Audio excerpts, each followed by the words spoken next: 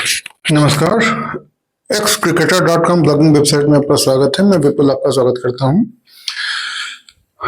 बात हेडिंग्ले में खेले गए भारत और इंग्लैंड की टेस्ट श्रृंखला के पहले टेस्ट की बात है, जो कल हम बुरी तरीके से हारे। 5 विकेट से हारे। अंतिम दिन में इंग्लैंड को 371 रन बनाने थे, उन्होंने 5 विकेट शेष रहते चेस कर दिए। बेन डकट ने बहुत अच्छी पारी खेली, 149 रन बनाए। ओपनिंग साझेदारी भी बड़ी अच्छी हुई थी इंग्लैंड की, 188 रन की। जैक ट्रॉले ने 65 रन बनाए। उसके बाद में 2 विकेट प्रसिद्ध कृष्णा ने लिए, 2 विकेट शार्दुल ठाकुर ने लिए लगातार। एक जडेजा ने भी लिया, लेकिन जो रूट 53 रन बना के नाबाद रहे और 371 रन आराम से चेस कर लिए। 44 रन जेमी स्मिथ ने बनाए, जो उनका विकेट कीपर बल्लेबाज है। टेस्ट मैच है, जीत हार लगी रहती है, वो एक अलग चीज है, लेकिन 5 टेस्ट शतक बनाने के बाद अगर आप हारते हैं, जसप्रीत बुमराह जैसे तेज गेंदबाज के होते हुए, और उसके 5 विकेट लेने के बाद भी आप हारते हैं, तो ये दिखाता है कि रणनीतिक रूप से आप कहीं नहीं थे। मैं इस पे एक बात कहना चाहूंगा, मैंने वो अपनी वेबसाइट में लिखी भी थी कि जसप्रीत बुमराह ने पर्थ टेस्ट 2024 हमको जिताया था अपनी कप्तानी में। उसमें उसने मैन ऑफ द मैच का खिताब भी जीता था, इतनी अच्छी गेंदबाजी की थी। उसमें सिराज ने भी अच्छी गेंदबाजी की थी, उसमें हर्षित राणा ने अच्छी गेंदबाजी की थी, उसमें नीतीश कुमार रेड्डी, जायसवाल, सुंदर, राहुल, सबका प्रदर्शन अच्छा रहा था। कोहली तक ने शतक मार दिया था, जो आउट ऑफ द फॉर्म चल रहे थे कई दिनों से। उसके बाद क्या हुआ? उसके बाद होता ये है कि रोहित शर्मा आते हैं और रोहित शर्मा कप्तानी ले लेते हैं। उस पर्थ टेस्ट की जीत के बाद में, बुमराह को हटाने के बाद से हम आज तक एक भी टेस्ट मैच नहीं जीते हैं। उसी टेस्ट सीरीज में फॉलोऑन बचाने को भी हम ऐसे सेलिब्रेट कर रहे थे जैसे हम जीत गए हों। आखिरी टेस्ट मैच में दशा ये हो गई थी कि रोहित शर्मा ने, या कुछ भी कहो, टीम मैनेजमेंट ने बुमराह की दशा वो कर दी थी, ओवर फिक कि अंतिम पारी में जब जीत और हार बुमराह की गेंदबाजी पे आश्रित थी, तब बुमराह मैच में थे ही नहीं, वो अस्पताल में थे। भारत हारा। उसके बाद में इंग्लैंड का टेस्ट हुआ, यहाँ भी हारे। बीच में रोहित शर्मा जरूर आए थे उस टेस्ट में और बोले थे कि मैं ऐसे ही नहीं जाऊंगा, और मैं जब चाहूंगा तब संन्यास ले लूंगा। उन्हें संन्यास लेना पड़ गया। कोहली को भी जाना पड़ गया। बीच में जरूर वो चैंपियंस ट्रॉफी जीते वनडे की, लेकिन वो टेस्ट सीरीज की बात नहीं। WTC फाइनल हम लोग नहीं खेल पाए उसी टेस्ट सीरीज को हारने के बाद। बुमराह एक बहुत बड़ा मैच विनर है भारत का टेस्ट मैचों में। मुझे नहीं लगता कि उससे बड़ा कोई बहुत अच्छा गेंदबाज आया हो। कपिल देव दूसरे नंबर पे होंगे, श्रीनाथ तीसरे नंबर पे होंगे, इस तरीके कुछ भी है, लेकिन बुमराह से बड़ा तेज गेंदबाज आपके पास में नहीं है। बुमराह ही एकमात्र ऐसी चीज है जिसकी वजह से आप मैच जीत रहे हैं।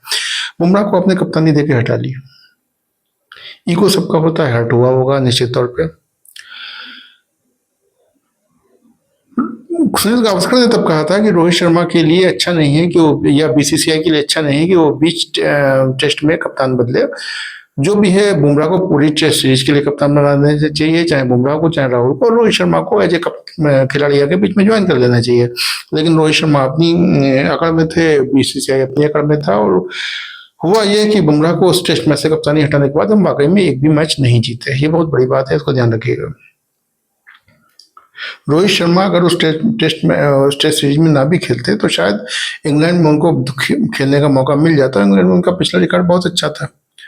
कुछ उनको जो न्यूजीलैंड दौरे की हार के बाद में जो उनका मेंटल स्ट्रेस भी होगा, वो भी कम हुआ होता, लेकिन वो नहीं माने, और इसकी परिणति हुई कि उनका टेस्ट करियर खत्म हो गया। उनके साथ में विराट कोहली का भी टेस्ट करियर खत्म हो गया।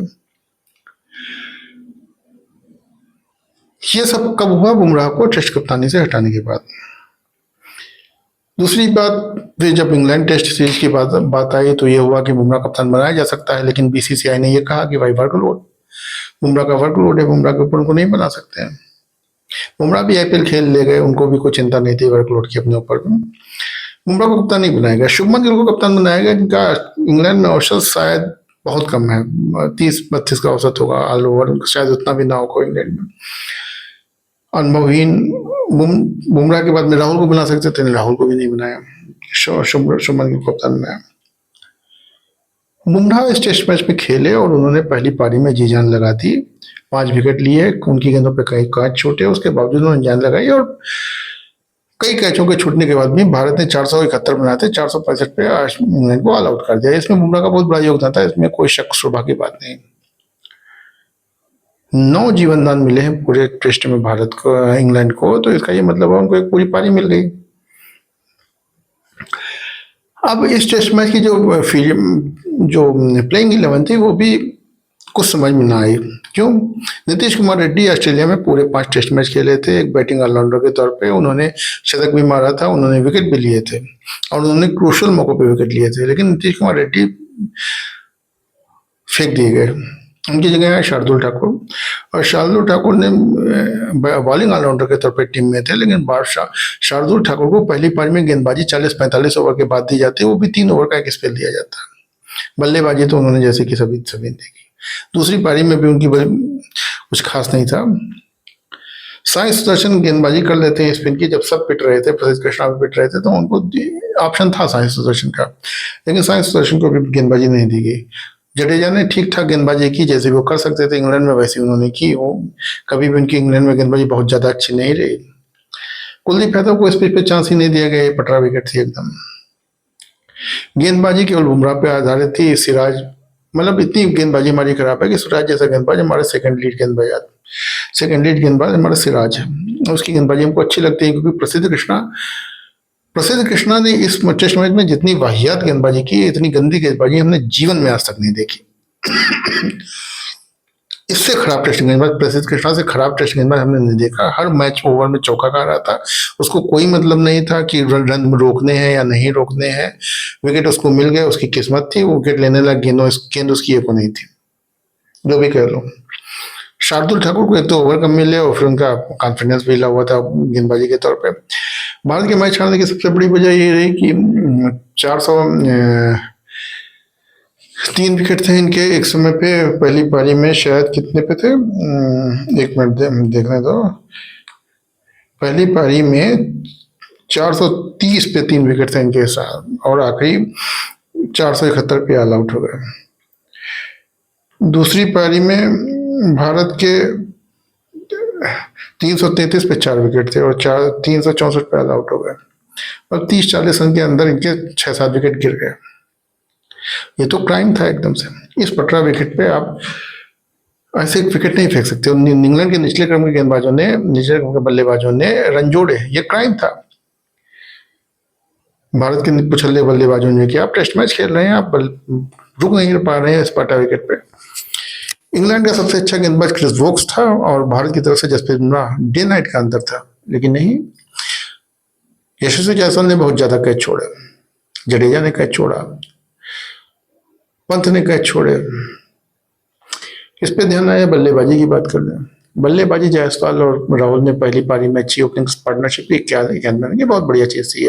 पहली टेस्ट में सीरीज का पहला मैच था, पहली नहीं थी, अच्छी गेंदबाजी बल्लेबाजी की। राहुल बेवकूफी में शतक बनाने से चूक गए और जायसवाल ने शतक बनाया, गिल ने बनाया, पंत ने बनाया।